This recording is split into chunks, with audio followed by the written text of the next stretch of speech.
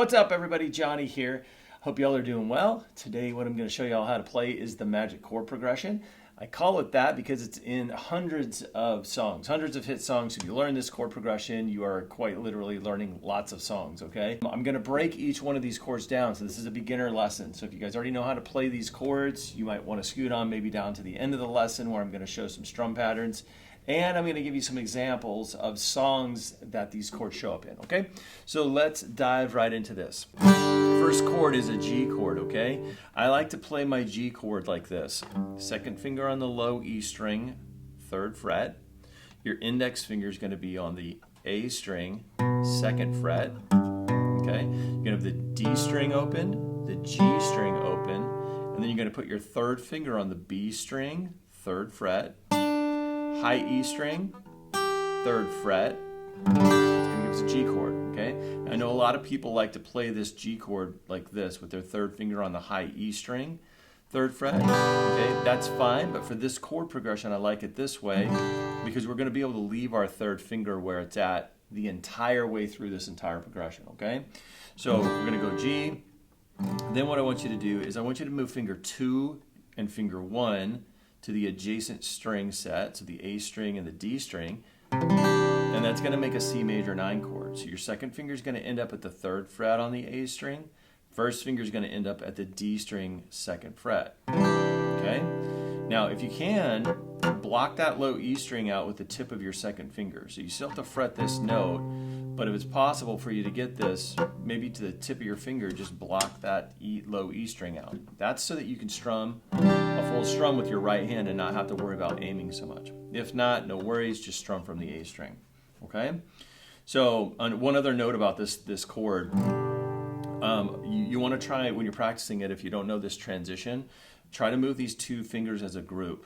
Okay? So if you move this finger 2, finger 1, then what's going to happen is you're going to train your fingers to turn this into a 2-move change, and we don't want that. It's very inefficient. So you want to move them as a group so that it's a 1-move change, okay?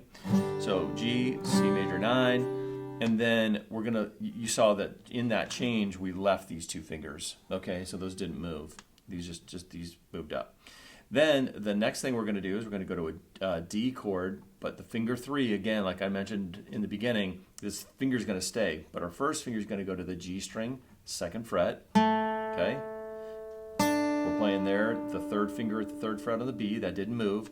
Your second finger is going to be on the high E string, second fret, and that gives us a D chord, okay? Now with the D chord, you want to strum from the 4th string. That's the way most people do it, but I tell people that it's okay to strum the A string. This is a legal note to play simply because it sounds okay, it sounds good.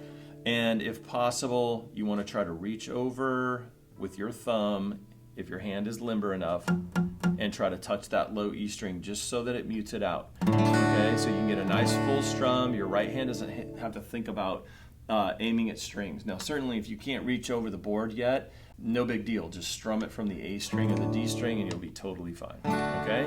So those are the 3 chords in the magic chord progression. In various orders, they're different songs. So we'll go through that in just one second. But let me just show you how these sound one right after the next. There's a G chord. We're going to move these two as a group. We're going to go to C major 9. Okay? And then we're going to move up to a D chord. And then just for fun, go back to C major 9, back to G. Okay? So with the strum pattern, I think this is what I think would be a good thing to do to start if you are just beginning guitar, okay? Let's do this. We're going to go a downstroke, down, up, down, down. So if we put those all together, down,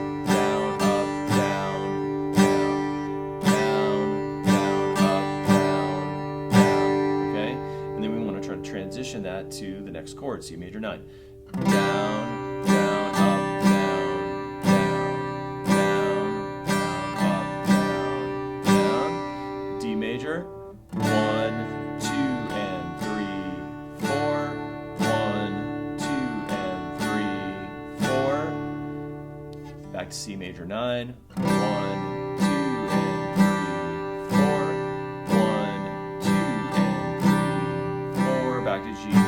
just want to try to connect those as best you can, okay? So that's just a down, down, up, down, down, real basic, okay? Now, if that is easy for you, I want you to try this. We're going to throw in a little tie, okay? All that means is we're just going to strum air on one of these beats. It's going to be beat 3. So we're going to go like this. Down, down, up, up, down, down, down, up, miss the strings, up, down. So if I count that out, it's going to sound like this. 1, 2, and 3, and 4. 1, 2, and miss, and 4. That starts to make the chord progression or the strum pattern sound a little bit more musical. So let me put that on the chord progressions, and you can hear how that sounds. 1, 2, and 4. 1, 2, and 4. Now if we change the chord.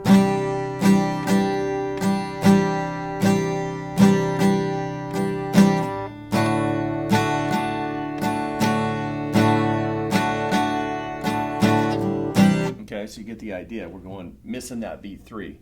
1, 2, and miss, and 4. So the upbeat up 4. Now, if that is tough for you, but maybe you're right on the edge of maybe getting it, sometimes if you maybe kind of click on your guitar, or hit your knuckles on your guitar or on your leg in the space where you're strumming the downbeat, where you're just strumming air, it sort of helps your brain feel like it did something when it didn't actually do anything.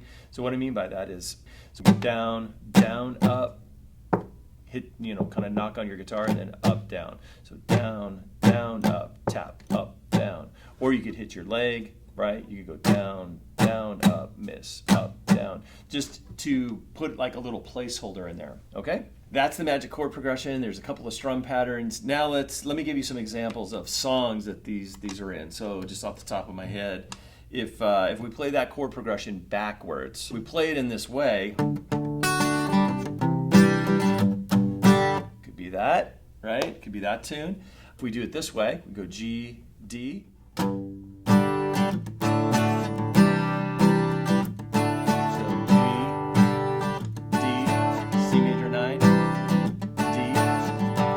That tune, right? Same chord progression, different order. We did it like this. Could